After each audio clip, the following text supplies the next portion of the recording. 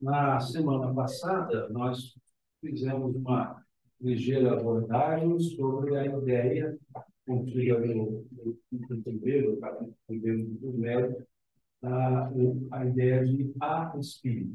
Então, nós desenvolvemos um raciocínio mostrando a logicidade da existência do espírito.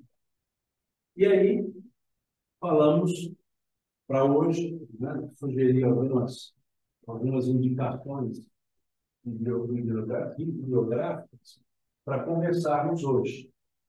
E a ideia hoje é nós trabalharmos o fenômeno mediúnico registrado em diversos momentos, mas em especial na cultura judaico-cristã.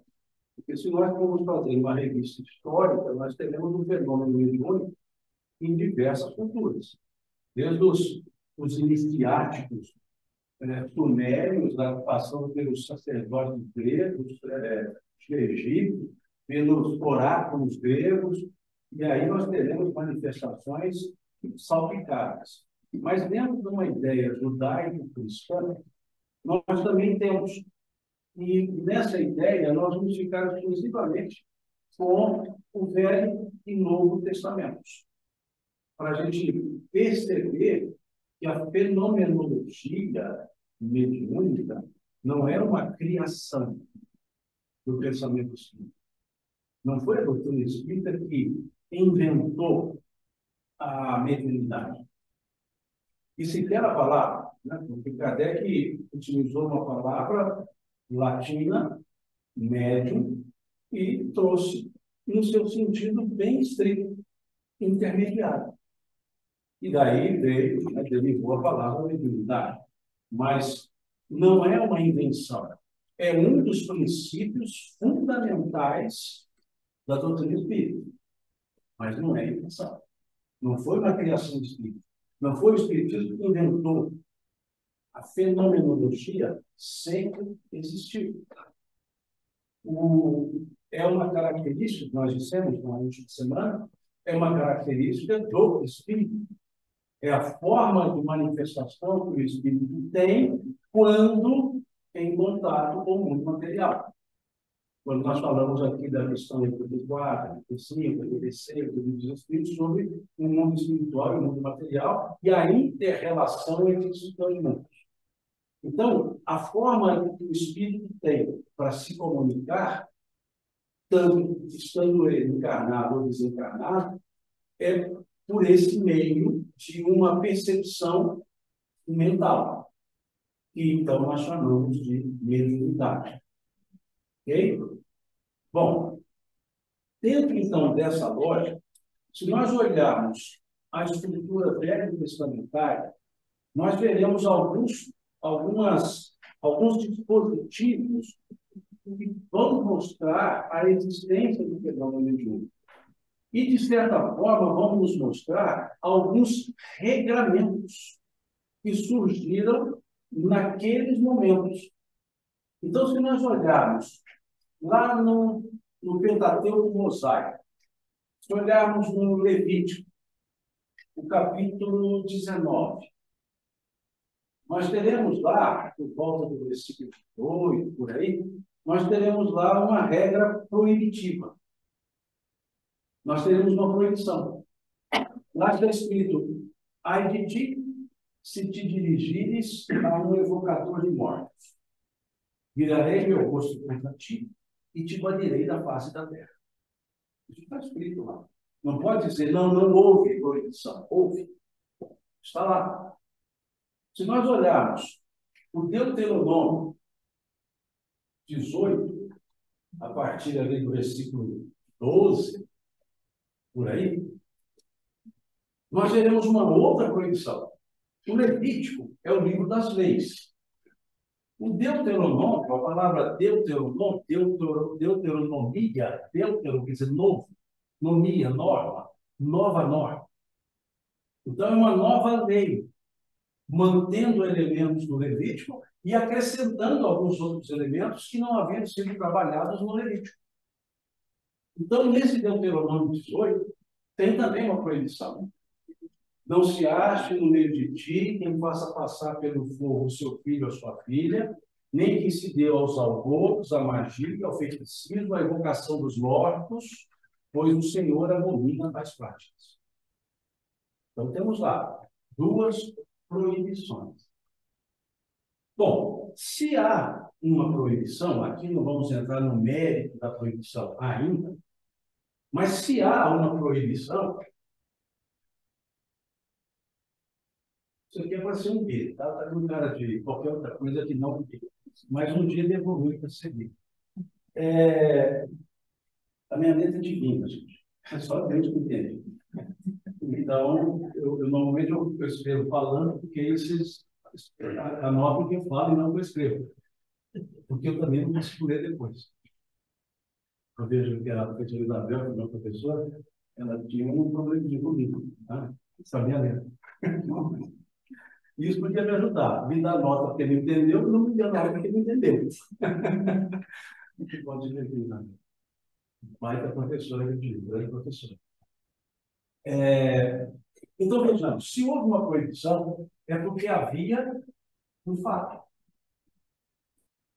Não se proíbe o que não tem existência. Como proibir algo que não existe? Então, significa que havia um fato. Qual fato?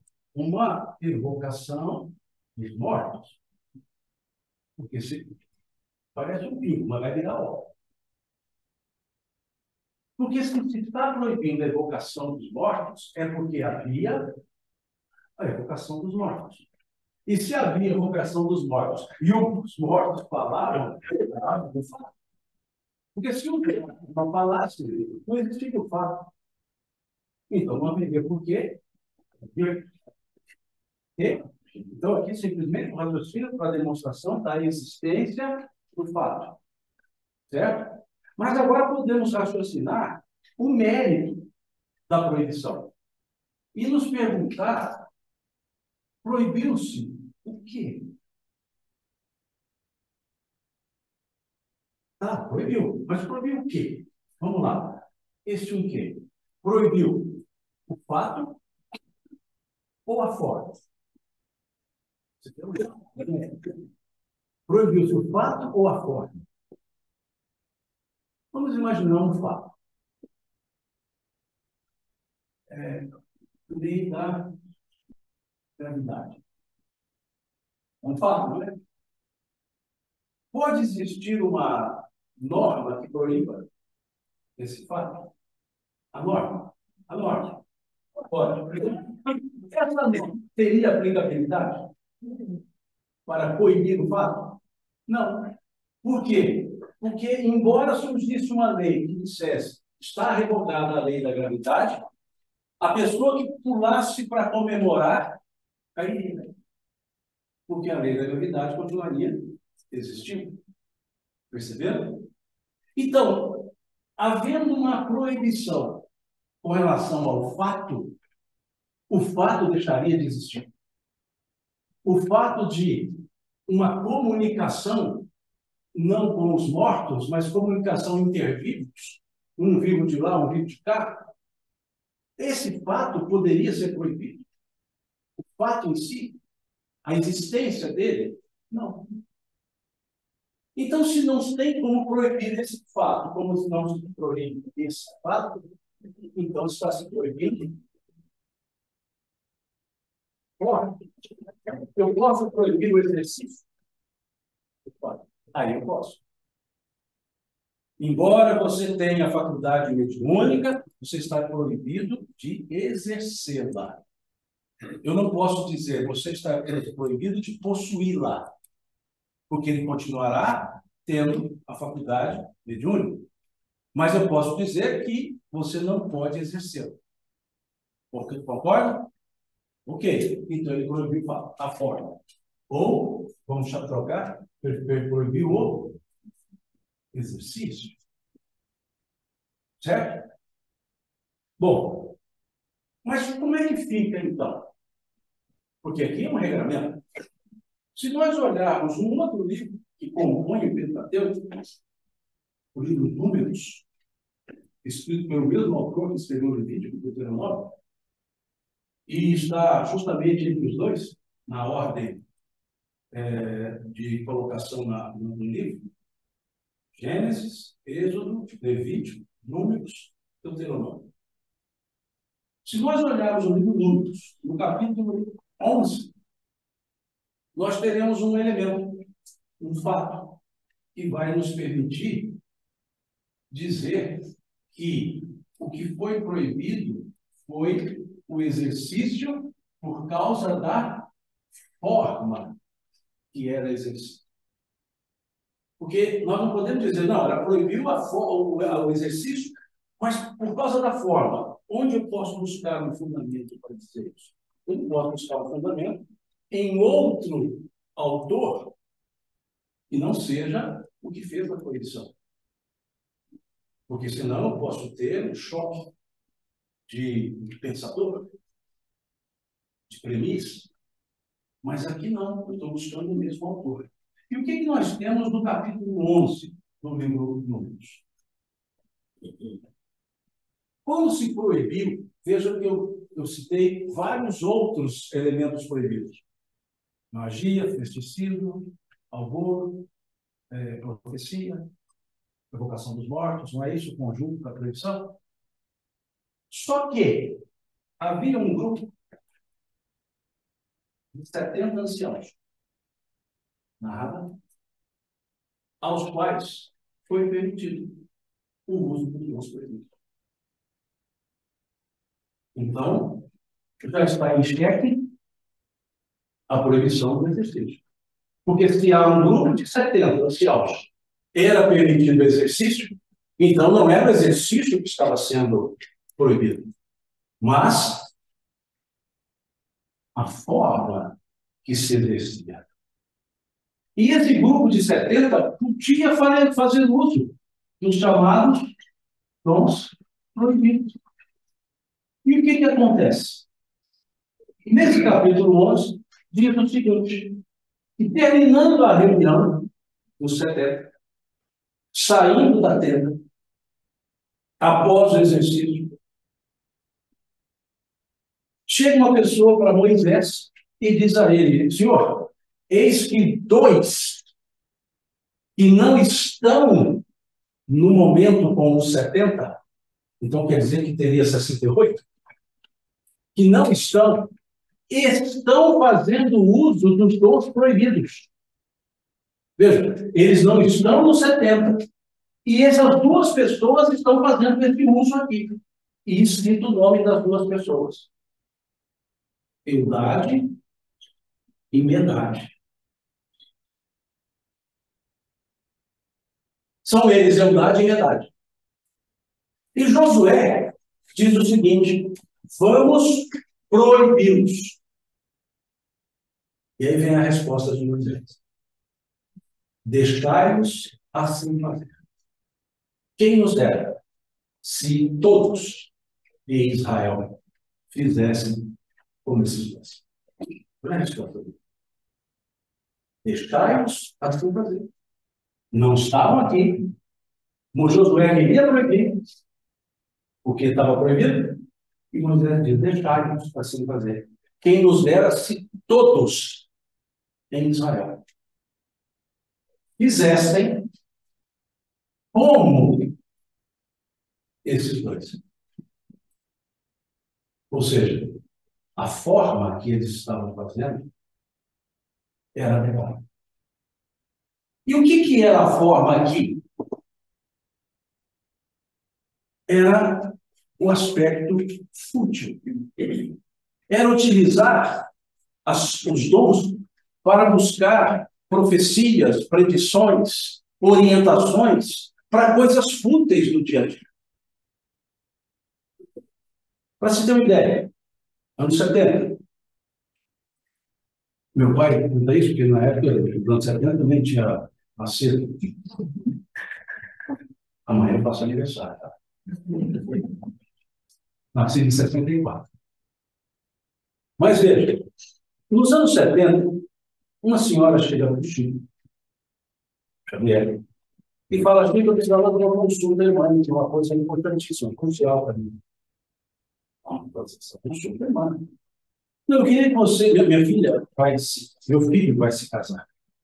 E eu, mãe do noivo, preciso me apresentar bem. Eu queria que você verificasse com a irmã qual a cor, espiritualmente falando, seria adequada para a mãe do noivo. Aí Chico diz assim, irmã está me dizendo que lá na sua cidade, lá em São Paulo, na sua cidade tem um médium muito melhor do que eu para isso. Ele se chama Denner. Denner é um estilista. Eu procuro o Denner, que é estilista, e ele vai fazer igual melhor. Isso é a fertilidade. Então, na época, o que se usava era a futilidade, era a exploração por parte dos que possuíam os dons. Como acontece lá no primeiro livro de Samuel, em que Saul, o rei de Israel, procura uma pitonisa, que é o termo aplicado, né? Mulher de espírito piton, ou seja, as que tinham precognições, para que ela evocasse o espírito Samuel. Para que ele dissesse a Saul se Saul ganharia ou não a batalha que teria no dia seguinte. Ela evoca. E eis que Samuel repreende Saul, dizendo por que ele é chamado para assuntos mundanos. Não é porque ele é chamado, para assuntos mundanos. E diz, perderá a batalha.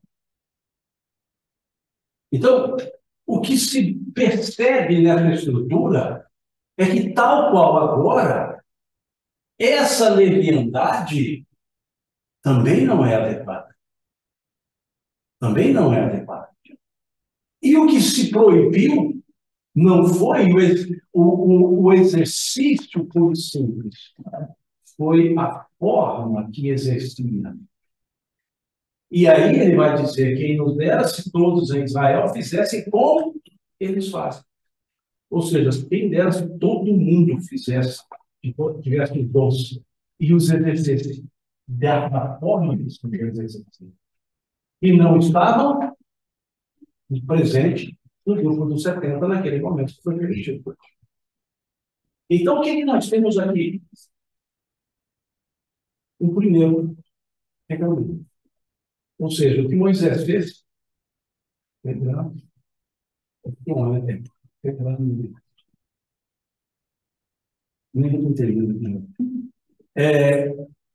um regulamento.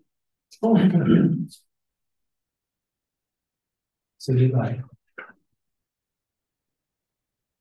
Em outras palavras, ele está dizendo: da forma que fazem, não pode fazer. Da forma que eles fazem, com seriedade, se pode fazer. Estão percebendo? E quando muitos dizem, vocês, espíritas, estão considerando as regras, velhas mercadas. Eu também. Porque depois nós veremos na sequência o que Kardec nos fala sobre o exercício também da mediunidade. Essa parte ficou clara a ideia? Atrás. Alguma observação que você quer fazer? Não apaga não, deixa eu tirar a foto aí. Você tirar a foto, não vai ter. Uma outra curiosidade, é que na minha juventude, não sei se vocês passaram por isso, nem espírita, Eu também tenho mais dela. a nossa diversão, anos 80 e 90, a nossa diversão era reunir para baixar espírito em copo. Tinha a ver? Isso é leviandade, porque as perguntas eram também pessoas adolescentes, na maioria, e a consciência é bem diferente. Mas as perguntas eram: vou namorar com quem? Fulano gosta de mim? Né? Aí o copo tinha hora que a mão dava um jeito de se a mão era do outro, principalmente da outra, né? E tinha uma certa afinidade de gosto, ou seja, gostava da mesma pessoa, a mão corria para o outro lado, o copo não dizia que sim, etc. Ou seja, era uma brincadeira, mas que geraria consequências, poderia gerar consequências desagradáveis. Porque se nós olharmos a questão 101 do Livro dos Espíritos, esse grupo de espíritos que atuam são os levianos, os domiteiros, e podem conduzir as pessoas com respostas bem elaboradas em termos de assuntos e conduzir pessoas a comportamentos que não terão agradado. Então, esse espírito que vai para a brincadeira do copo, da tábua, né, da tábua de alfabeto, são espíritos levianos. Por quê? Os espíritos respondem aos chamados por nível, dissemos isso aqui na última semana, por nível de similaridade vibratória. Se o que eu estou ali no momento é uma leviandade, qual tipo de vibração, de energia eu estou exalando? Leviana? E qual a sintonia que eu criarei? Com leviana? Com quais? Levianas? Porque os espíritos respondem às emanações permitidas. Isso até que aquele resultado que, pelo menos antigamente, as mães, antigamente inclua a como filho, a minha mãe dizia isso. Diz-me quem tu andas, te direi quem és tu. E a gente fala o contrário em mediunidade. Diz-me quem és tu e te direi com quem tu andas.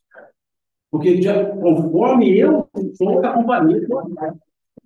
Isso até na vida material, no mundo corpóreo. Basta olhar se a gente quer ver se a pessoa boa, dá uma checada nos amigos que estão com a gente. Né? A gente gosta de ver o outro primeiro. Então, a gente sempre atrai. E no mundo espiritual, isso é o princípio. A atração é pelo pensamento, que é o meio de comunicação do espírito. Alguém até perguntou na semana passada. É o veículo de comunicação. Então, por isso, é arriscado. E era mais ou menos o que poderia estar sendo feito aqui, com essas brincadeiras. A leviandade. Não? Deu uma ideia? Beleza. Bom, depois, se nós olharmos, nós veremos ainda no Velho Testamento, lá no livro do profeta Joel, capítulo 2, no livro do profeta Joel. Ele vai dizer assim, ele está profetizando sobre também os dons. Ele vai dizer assim, naqueles dias, versículo 2, capítulo 2, versículo 2, ele vai dizer, naqueles dias, quando eu digo naqueles, que eu estou referindo lá, elementos futuros, e o naqueles seria distante, senão seria futuro nestes. Tá? A gente usa o neste quando se refere a futuro, usa neste quando é passado, e o naquele quando é distante, ou para lá ou para cá. Então, diz, naqueles dias derramarei meu espírito sobre toda a carne. Veja, naqueles dias derramarei o meu espírito sobre tudo aqui, sobre toda a carne. Toda a carne. Vossos velhos terão visões. Vossos filhos, vossos jovens terão sonhos. E vossos filhos e filhas profetizarão. Veja que tudo isso estava no rol. Mas que se com seriedade, tudo certo? E vem Joel dizendo, naqueles dias derramarei meu espírito sobre toda a carne. Toda a carne significa o quê? Todo mundo. E aí ele trabalha algumas gerações. Vossos velhos terão visões, vossos jovens terão sonhos, vossos filhos e filhas profetizarão. Olha que coisa interessante. Velhos terão visões, porque têm passado, conseguem enxergar um futuro. Jovens terão sonhos, porque não viveram passado, então têm sonhos.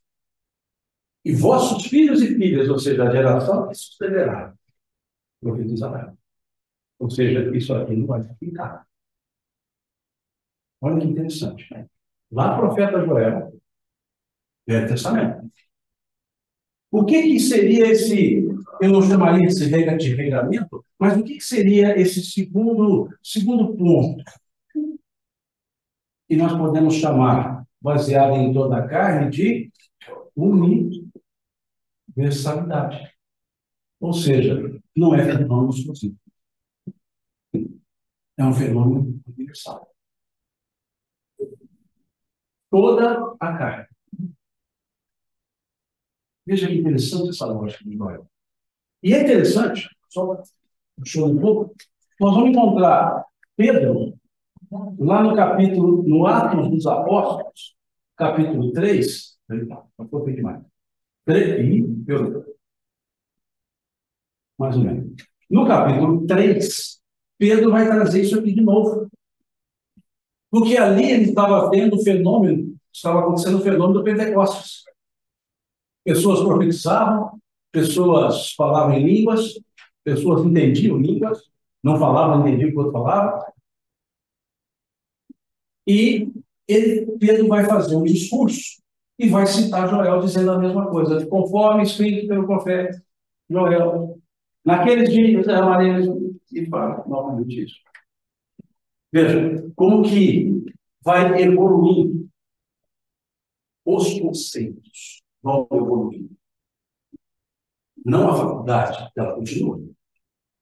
Então, veja que nós temos um segundo ponto de observação, que não chamaria de regramento, que é, então, essa fala do profeta Joel. Ok? Demonstra, então, que, além da existência do fenômeno,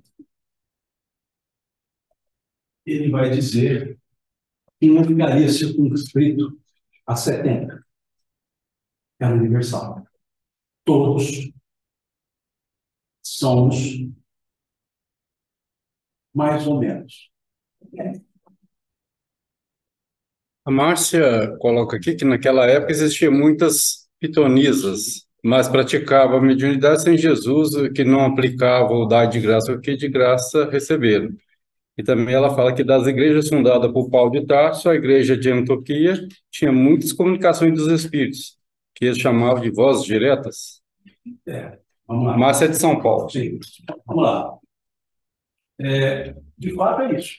Havia uma exploração, só pelas pitonisas.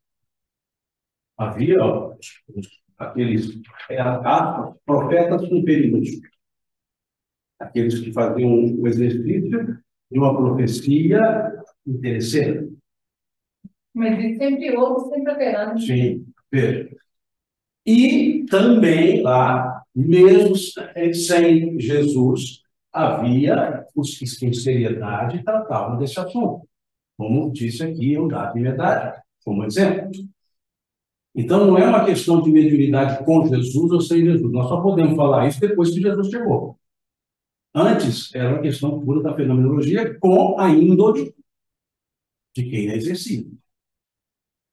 Ok? Não só a igreja de Antioquia, mas a igreja de Corinto, a igreja de Roma, também tinha fenomenologia. Que, na verdade, a tradução não seria adequada à igreja, seria eclesia. O termo grego utilizado nas cartas, no Novo Testamento, é eclesia. Significa grupo de pessoas. Não significa igreja, no sentido que damos a palavra hoje. Não é uma instituição.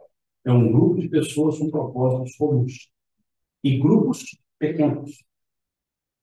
Não em tamanho grande. A eclesia era sempre grupos pequenos. Então, quando falava assim, a igreja de Antioquia, ou seja, a eclesia de Antioquia, eram grupos pequenos. Não eram muitas pessoas. Então, sim, e nós vamos chegar em Paulo. Isso que eu não adiantei, vou chegar em Paulo. Ainda estou lá, deixa eu caminhar um pouquinho. Né? Peraí, o Fábio fala que aquela mão que fez a anotação... Vou chegar lá, Daniel. Profeta Daniel, livro de Daniel, vou chegar lá. Apontamento do Fábio Guilherme de Recife. Existiam fenômenos que eram alheios à vontade das pessoas. Fenômenos de efeitos físicos, que nós falamos na semana passada. Efeito intelectual, efeito físico. E nós vimos no livro de Daniel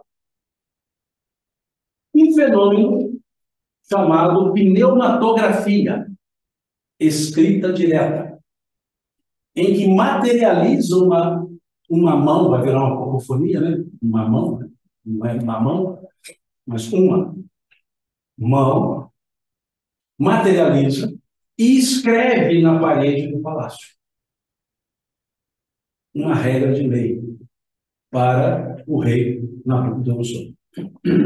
Então, houve um fenômeno efetivo que não dependeu da vontade, pode dizer, a vontade de Daniel, sim, mas o efeito físico, ele depende da presença de um médium que tenha essa faculdade. Já falamos sobre ela na semana passada. Vamos voltar nela quando falarmos das faculdades mediúnicas e as faculdades anímicas. E ali se materializa aquela voz. Temos o caso da mula de Balaão, e houve uma pneumatofonia, porque a mula de Balaão não fala, porque não há elementos para tanto, mas aquela mula fala com Balaão. Mas não era uma voz direta dos espíritos. Isso chama pneumatofonia. Temos também, no livro de Daniel, um outro fenômeno chamado pneumatoforia, que é a capacidade de resistir ao fogo sem consumir-se.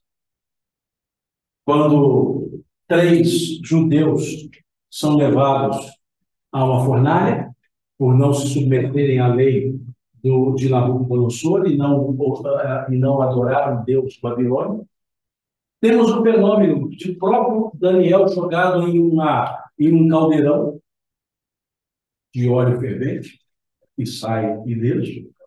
É um fenômeno característico de efeito físico. Então, temos isso tudo ali no Velho Testamento. Toda essa estrutura ali no Velho Testamento. Demonstrando todas essas características de uma faculdade. Nós temos a pneumatoforia, que é a possibilidade de combustão espontânea, aquele X-Men no fogo, né? Temos lá no Velho Testamento, que é justamente a capacidade de criar. Pneumatoforia, pneumatofagia, e são vários pneumas, ou seja, várias ações diretas dos espíritos. Dissemos aqui na reunião passada. Pneuma, quer dizer, espírito, pneumatofonia, fonia, voz do próprio espírito. Então, são vozes do ambiente que nós tivemos no Novo Testamento. Quando aquela voz diz: eis aí meu filho muito amado, no qual comprazo-me, ouvi-o, pneumatofonia, voz direta. Mas aí você está lá no Novo Testamento, entre aspas, o batismo de Jesus. Então, percebamos que temos esses elementos. E tivemos, então, um que chama atenção para a seriedade, o outro que indica a universalidade. E esses outros fatos que mostram a existência da faculdade, da mediunidade. Por quê? Bom, se nós seguirmos e observarmos o Novo Testamento, nós veremos no capítulo 17 do Evangelho de Mateus um fenômeno muito conhecido, um fato muito conhecido, transfiguração do Jesus. A transfiguração é um fenômeno anímico. É o próprio espírito que assim faz. Então, tudo aquilo que é anímico, que é da própria pessoa, da própria alma, é um fenômeno anímico. De onde vem a palavra anímico? De animus, que significa alma. Fenômeno anímico é um fenômeno próprio da alma. Então, uma bilocação, bicorporeidade, transfiguração, são fenômenos, em sentido estrito, anímicos. Em sentido lato, nós chamamos mediúnicos. Mediunidade de bilocação, mediunidade de transfiguração. Mas se formos observar efetivamente ou tecnicamente, não é um fenômeno anímico. Anímico não quer dizer fraudulento. Animismo não quer dizer fraude. Isso é mistificação. É outra coisa. Isso é índole. Animismo é um fenômeno próprio. Tá? Não precisa de ação espiritual externa para aquilo acontecer. Então, houve a transfiguração, que por si só não diria mediunidade. Mas o que acontece na transfiguração? Aparecem Elias e aparece Moisés. Não é isso? Está lá no fenômeno da transfiguração? Sim. É para você. Para você. Estou chamando os velhos. O outro também. Elias era um profeta que batalhou com os sacerdotes de Baal. Tanto que ele é visto como o maior dos profetas. Lá no livro, no Velho Testamento, na estrutura de Elias, ele não teria morrido. Diz o texto que ele ascendeu aos céus numa carruagem de fogo. Uma carruagem de fogo, embora ao céu.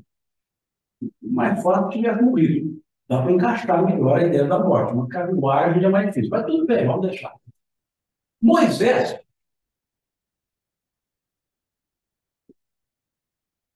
morreu.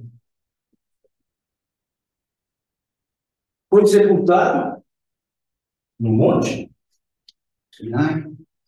O monte não é determinado. Por quê? Para evitar que alguém pegasse o corpo de Moisés, houve até uma batalha no mundo espiritual, uma batalha de anjos contra aquele que queria tomar o corpo de Moisés. Então, se nós olharmos lá na Torá, vai não constar que ele morre. Ele morre quando? Quando divisa a terra de Canaã e ele, por uma proibição de Deus, como punição uma atitude dele de não confiança em Deus, foi dito a ele que ele veria a terra, mas nunca entraria nela, a terra de Canaã.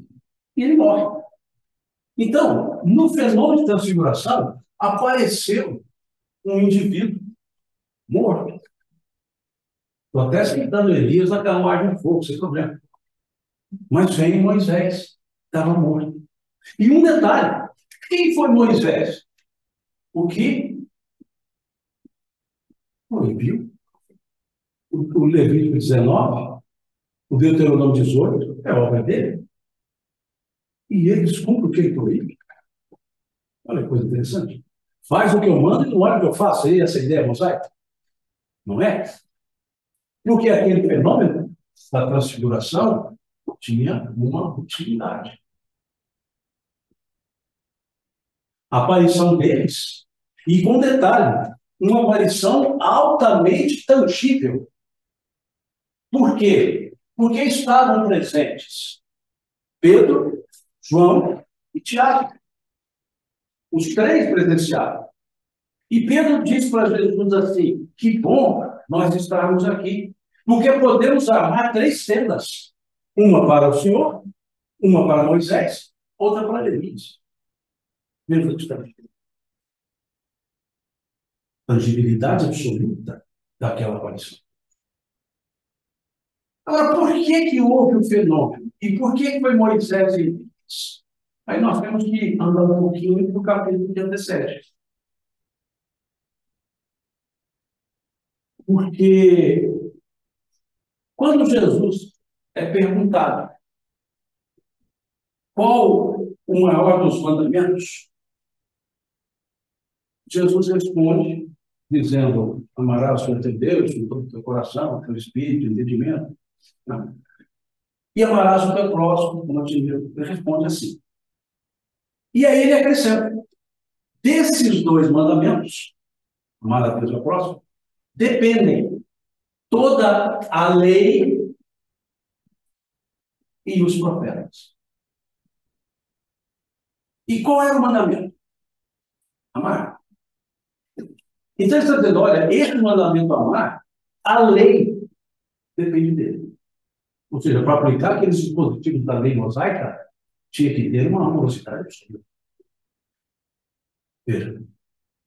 E aí, Moisés, quando aparece, ele simboliza o quê? A lei. Porque ele é o legislador. Ele foi o legislador, Levítico, dele. E Elias foi o maior dos profetas.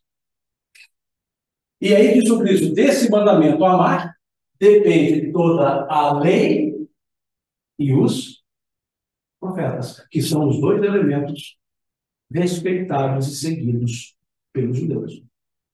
Segue a lei e os profetas. E os costumes, que não são tão seguidos assim, o Talmud, por exemplo.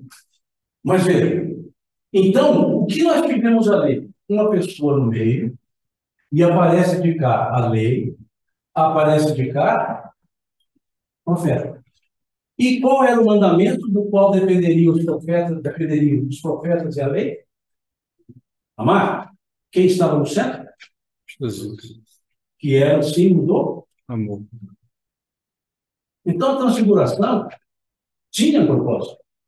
Não era simplesmente, pessoal, eu vou dar a transfiguração para vocês verem que eu sou. Ele estava demonstrando que aquilo que ele havia falado, amar, e ele simbolizava isso.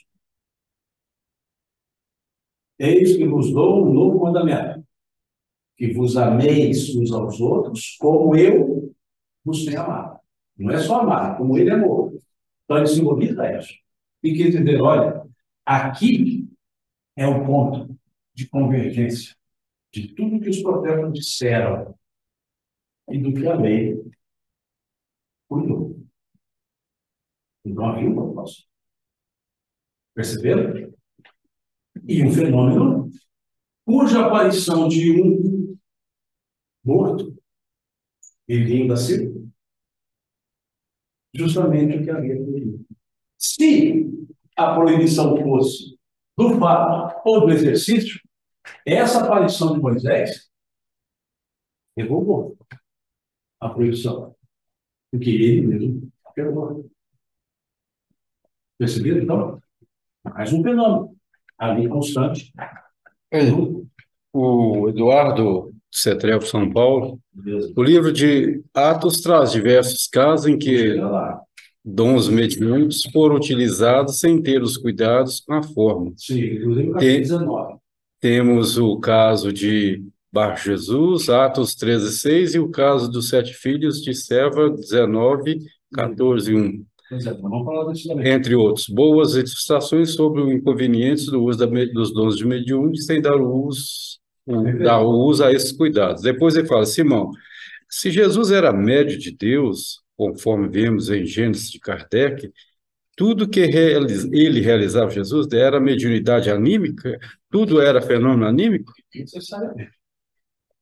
Mas a grande maioria, sim, porque veja, o dom de curar não é mediunidade. Ele é anímico. Mediunidade, não é nada depois, não. Nós vamos conversar sobre isso.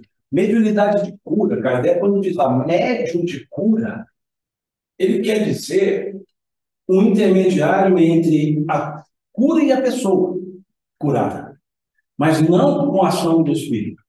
Ele vai dizer: médium de cura é aquele que cura pelas suas forças, com a presença, com a sombra, com o toque. Isso no caso do Arigó. O que acontece no Arigó e em outros, eles são médiuns, cujo espírito que se manifesta por eles tem conhecimentos e exerce a força espiritual para uma ação material. Mas não é ele. Não foi ele, o Aribossa, que curava. Ele era um médium para um espírito, que no caso lá ele chamava de Fritz, fizesse a ação. Então ali ele era um médium. Não, pela definição kardeciana, não caberia ter um médium de cura, porque não era ele quem curava.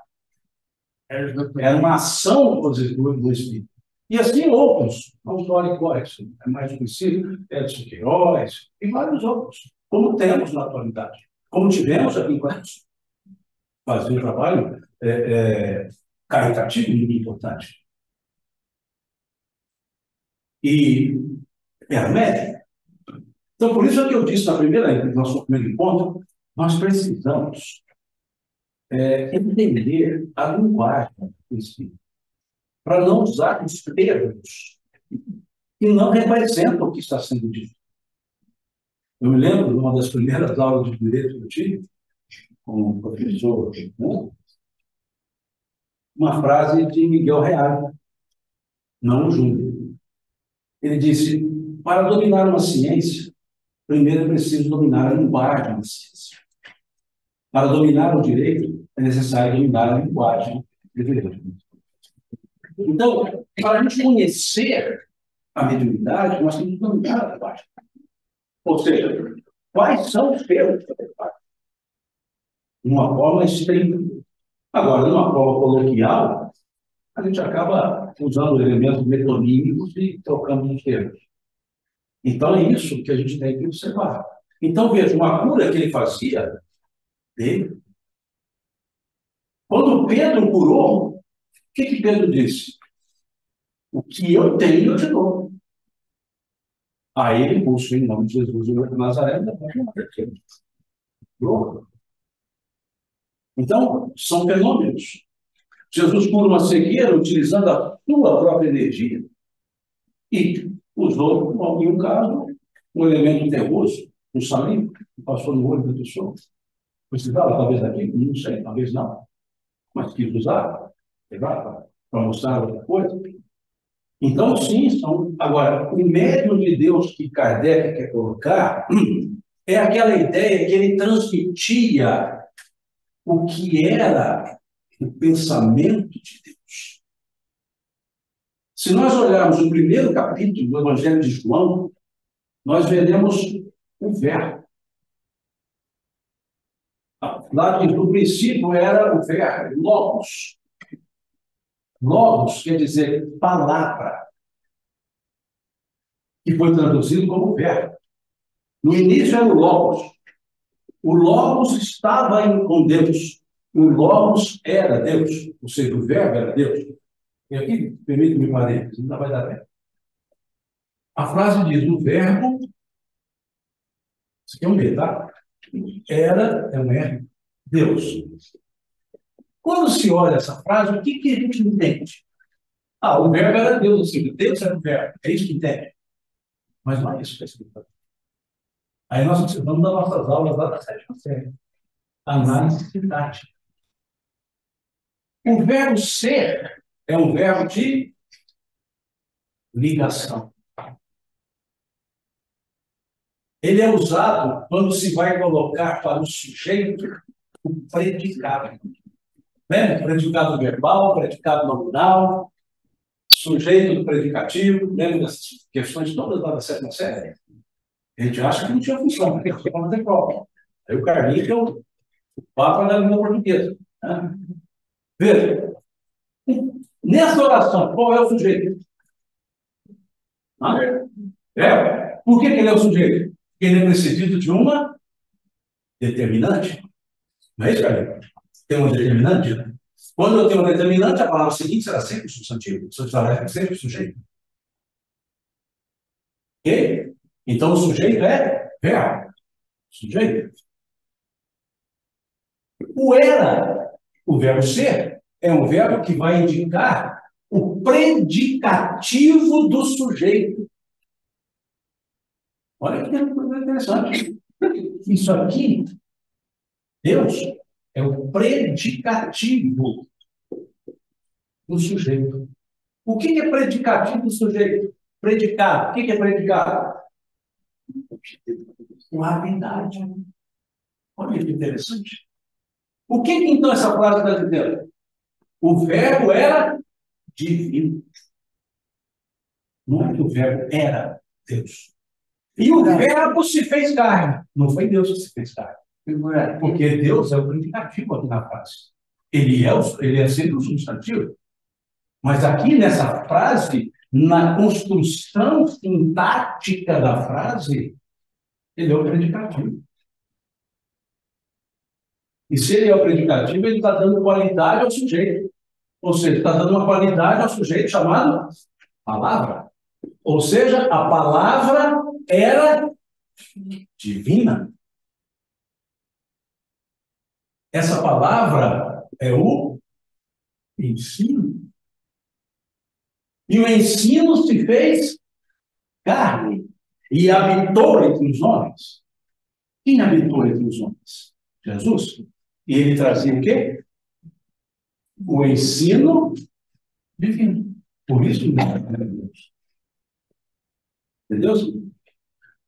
Não é o médio no sentido de faculdade mediúnica. Não faz parte do nosso estudo, fazer parte do conteúdo do nosso estudo, não. Tá? Então, não quer deixar ninguém assim, a cabeça confusa, não. Mas, perceberam que sétima série é importante? Porque é lá que a gente estuda a primeira lei da cidade. Por que escrever, gente, não é só querer? Eu posso escrever uma coisa pensando que eu estou dizendo algo e não estou dizendo algo. A construção de uma frase, a construção de um pensamento escrito, precisa conhecer a linguagem. O que eu quero dizer? Então, quando se faz análise sintática, e assim é uma regra de hermenêutica, a hermenêutica bíblica, você pode ter a interpretação gramático-literal, etimológica, gramático-histórica, histórica-literal, semântica. Depende de qual é o elemento hermenêutico que você vai usar para a interpretação.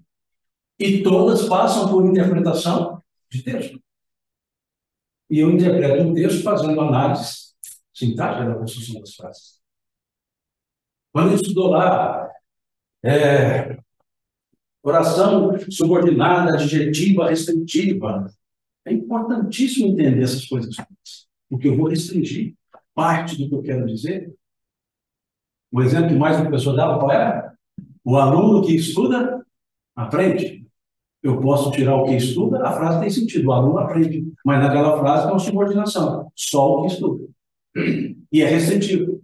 Está subordinado, porque tem um pronome relativo, que? E é restritivo, porque é somente os que estudam. E se eu quero explicar uma coisa dessa, eu tenho que saber escrever, eu tenho que conhecer como é que é uma função sintática. Senão eu escrevo errado. Eu escrevo uma coisa aqui, o autor aqui, o evangelista João, e no credo, para vocês terem uma ideia, isso aqui é muito mais claro do que na língua portuguesa. Essa estrutura de predicado, essa estrutura sintática na língua grega, é muito mais profunda. Então, quem escreve em grego conhece muito a estrutura. E aqui, veja, numa leitura, nós vamos dizer que Deus encarnou, né? E se Deus encarnou e era Jesus, então Jesus é Deus. Mas quando entendemos que isso aqui é uma construção sintática, e o Deus aqui é um predicativo do sujeito, e o sujeito é o verbo é que encarna. E ele encarna em Jesus. Aí Jesus ele é o médium de Deus, ele fala o pensamento de Deus. Aí nós vamos entender outra frase dele: meu pai e eu somos um. Ou seja, aquele que me ouve, ouve aquele que me enviou. Quer dizer, isso é o médium de Deus. Certo? Nada a ver com as coisas, com os fenômenos que for. Desculpa eu ter feito essa digressão um pouco maior para explicar essa questão do médium de Deus que foi trabalhada ali. Ok? Bom, seguindo ainda.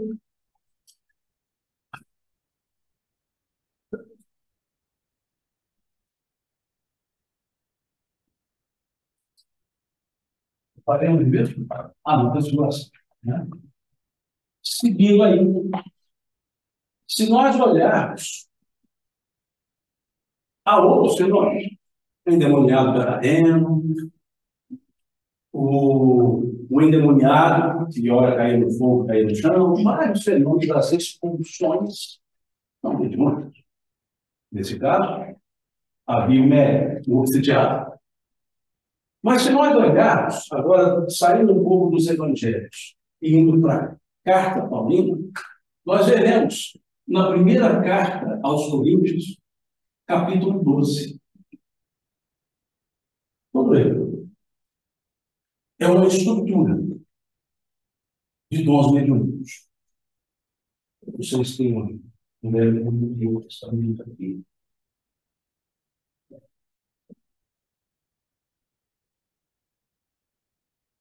Eu sou boa. 1964. Bom, que não tem os modernismos que aplicam as traduções e definem com todo sentido. Mas vejamos aqui. Carta de Paulo aos Coríntios. E daí é seu parente? É novo, mas esse livro aqui está agora. Amanhã deve fazer aniversário. Só para lembrar, fazer lá no livro, não é para mim, é para mim. Reza para Deus. Mas vejamos aqui, Paulo aos Coríntios, capítulo 12. Eu quero dar esses verbos que está aqui, que vai ficar bem legal. Primeira carta de Paulo aos Coríntios, capítulo 12. Acerca dos dons, bom, eu tiro o óculos para ler, só que eu não vejo vocês. Se eu puser o óculos para enxergar vocês, eu não leio. Então, fica assim difícil muito com vegetando. Acerca dos dons espirituais, não quero, irmãos, que sejais ignorantes. Olha que interessante. Eu não quero que vocês fiquem ignorantes em relação ao dom espiritual. Quero que vocês entendam o que é dom espiritual. Veja isso. Vós bem sabeis que éreis gentios, os coríntios eram gentios, não eram judeus, levados aos ídolos mudos, conforme éreis guiados. Portanto, vos quero fazer compreender que ninguém que fala pelo Espírito de Deus diz Jesus é anátema, ou seja, é contra a lei de Deus. E ninguém pode dizer que Jesus é o Senhor senão pelo Espírito de Deus. Aí vem, ora, artigo conclusivo, ora, há diversidade de dons, mas o Espírito é o mesmo. Olha que coisa interessante que Paulo diz. Há diversidade de dons. Ele vai citar alguns dons, mas ele quer dizer que a fonte é uma só. Há diversidade de dons, mas o Espírito é o mesmo. Ou seja, aquele que se manifesta, aquele que promove a manifestação, não se manifesta, é o mesmo. Ele diz, e há diversidade de ministérios, mas o Senhor é o mesmo. E há diversidade de operações, mas é o mesmo Deus que opera tudo em todos. Olha, depois ele diz, mas a manifestação do Espírito é dada a cada um para aquilo que for útil. Olha a fala dele. Veja o regramento que Paulo coloca aqui agora. Nós tivemos Moisés a seriedade, tivemos em Joel a universalidade, e temos em Paulo a utilidade. Vejam só. Se não é para fim útil, não é para usar de volta. Olha que coisa interessante. Vamos lá.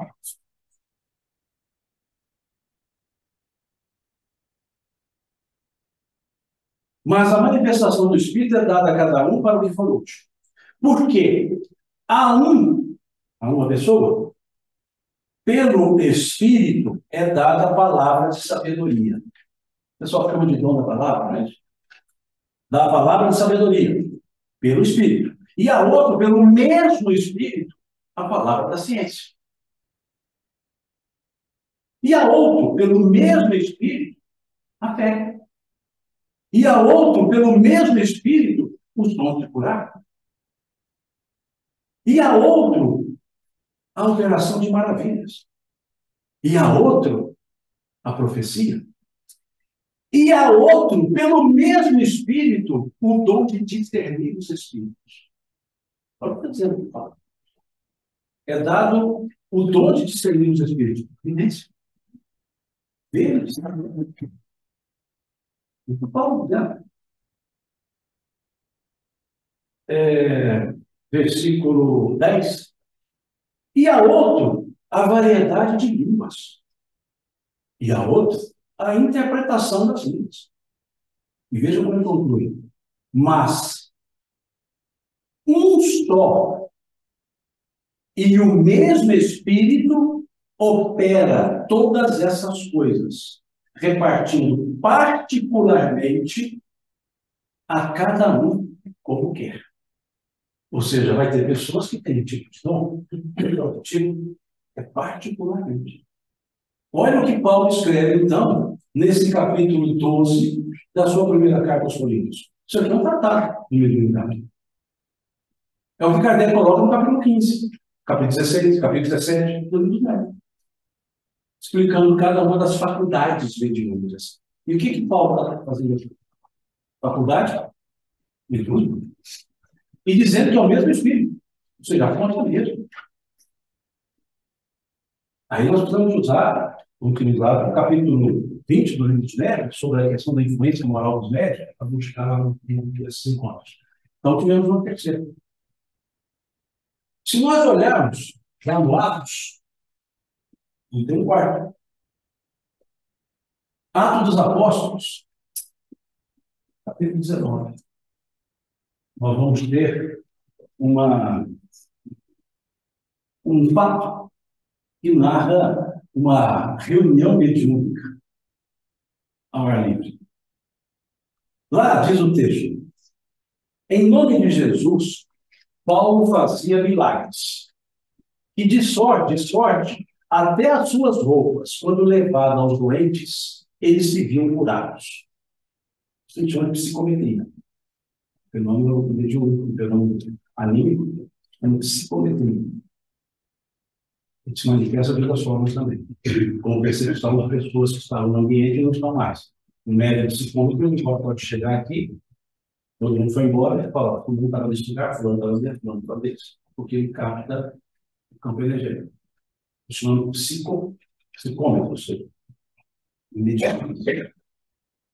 Então ele diz: em nome de Jesus, Paulo fazia maravilha, de sorte até as suas roupas, quando levadas aos doentes, eles se viam curados. Eis que, sabendo disso, 2 exorcistas ambulantes, filhos do principal dos sacerdotes, começou a expulsar o espírito maligno, dizendo: em nome de Jesus, a quem Paulo prega, nós dizemos: saia desse homem.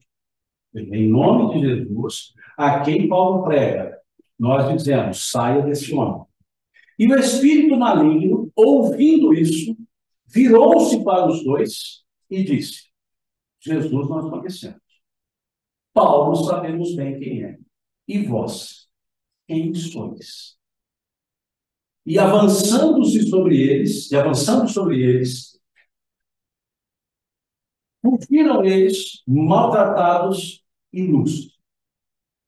Olha o fato que ocorreu ali. É uma típica reunião mediúnica sem educação. Sem educação não é mal educado, é não educado. Típica.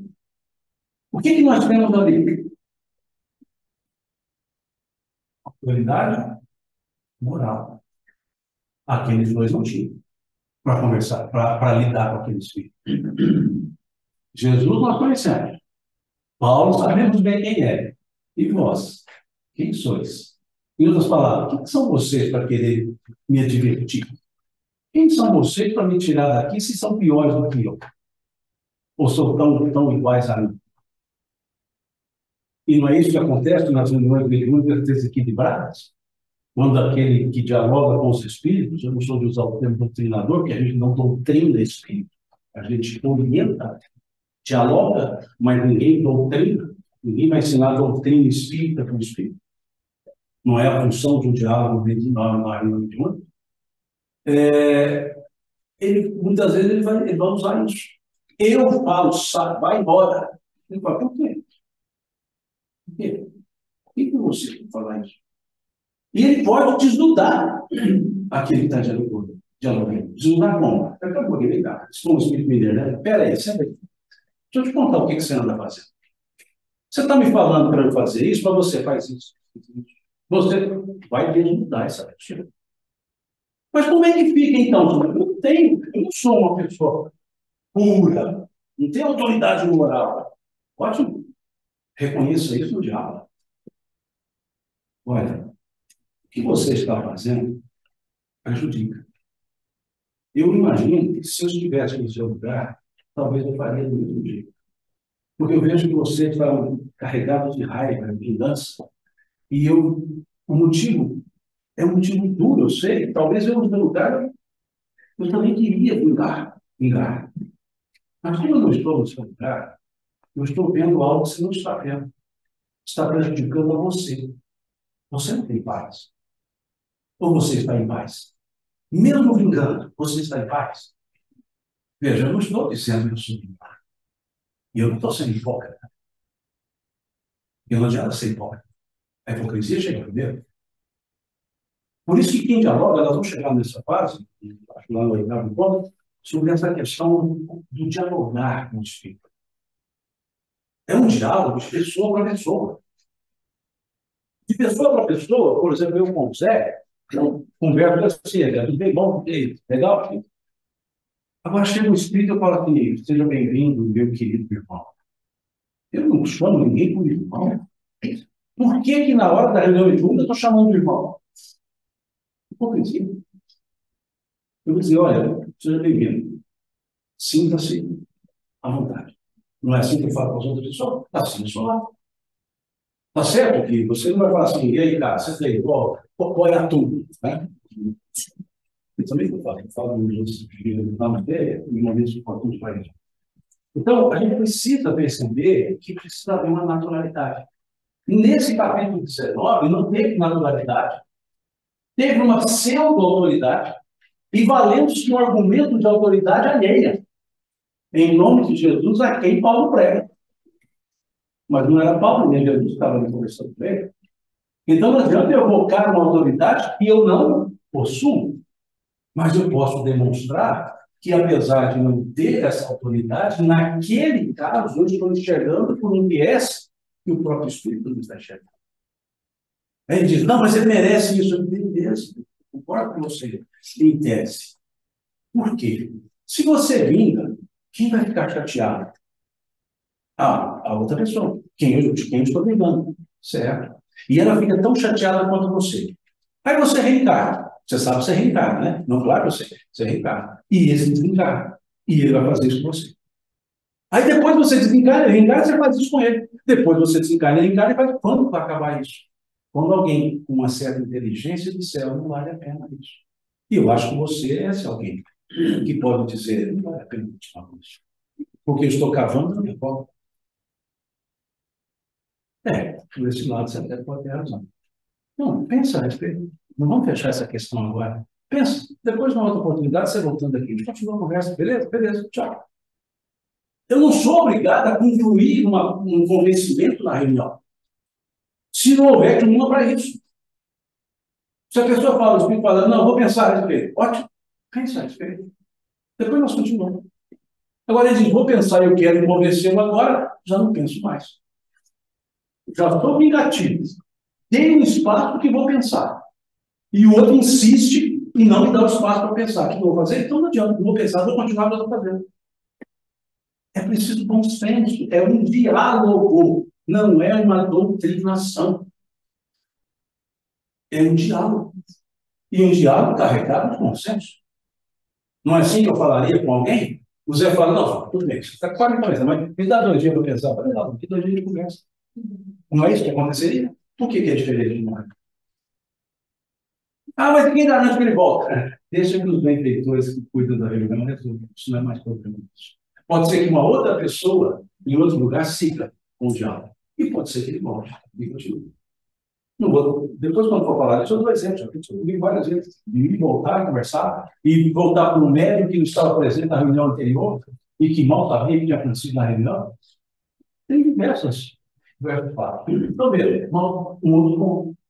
E um quinto, para a gente fechar, a paciência de vocês já está aqui voltada, pela minha faculdade de Júnior, percebendo isso. Lá no capítulo 26 do Evangelho segundo o Espiritismo. Lá, o título do capítulo é Dai de graça e de graça recebestes. E Kardec vai desenvolver esse título só tratando da mediunidade. Lá no Evangelho segundo o Espiritismo, eu vou um capítulo para falar da mediunidade. E aí, lá, ele vai dizer o seguinte: a mediunidade é uma coisa santa, que deve ser tratada santamente. Viu? Religiosamente. Mais uma vez, ele também. Essa frase do Kardec é dele, óbvio, mas ela é uma paráfrase. Uma paráfrase de um ditado, de um provérbio, de um trocado latino, que diz: Sancta sunt capitula santis. Coisas santas têm que ser tratadas com santidade. Esse é o ditado latino. Sancta sunt capitula santis. E Kardec fez uma paráfrase. A mediunidade é uma coisa santa, é uma coisa séria, que deve ser tratada santamente, seriamente, viu? Religiosamente, com método. Ou seja, um quinto elemento, método. Se não houver um método, não tem como você ser nem com isso, nem com isso, nem com isso, nem com isso. Qual é o método? Aí vem o livro dos médios inteiro só para falar de método. Só para falar como lidar, como fazer.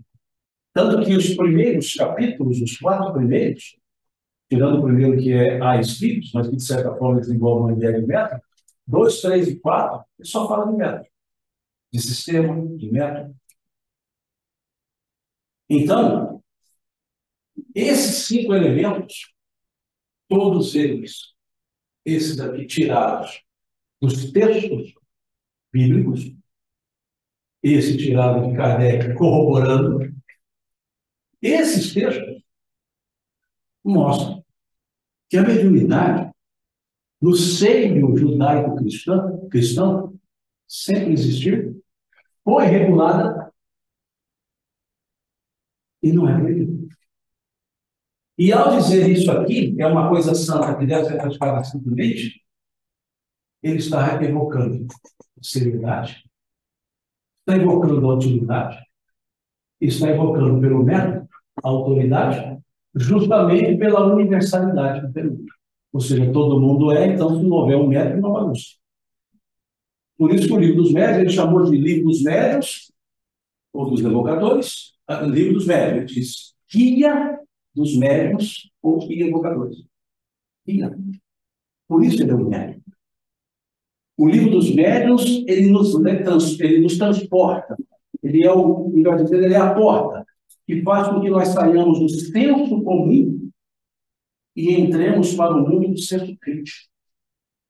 Senso comum, todo mundo é médico. Senso crítico, só que ostensivamente exerce. Então, não há uma forma de método se nós não olharmos e entendermos com muita profundidade o livro dos médios. Religiosamente, não é assim? Não, ele vem todo dia 7 horas, religiosamente, ou seja, nunca falta aquilo.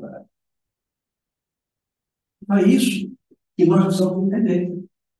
Para no nosso terceiro encontro, na próxima semana, começarmos aí sim a falar da mediunidade, das mediunidades, do médium, das reuniões mediúnicas. Mas era preciso que nós tivéssemos esses 2 encontros epistemológicos, para entender a base do conhecimento para lidar com a mediunidade. Deu a ideia? Sim. Assim, esse assim, qualquer movimento assim deu, agora eu estou ficando de pouco, né? Eu estou cansado. Deu ideia? Legal? Terça-feira, posso contar com vocês? Sim. Vamos ver mais da resistência. Vamos passar na frente e vir no conjunto, uma banda de volta. O que vai ter que ler para a semana de para casa? Hã? O que vai ter que ler para terça-feira? Agora, sim. Agora nós vamos ler capítulo 14, 15, 16, 17, 17. Anota aí para nós, Márcia. 14, 15, 16, 17.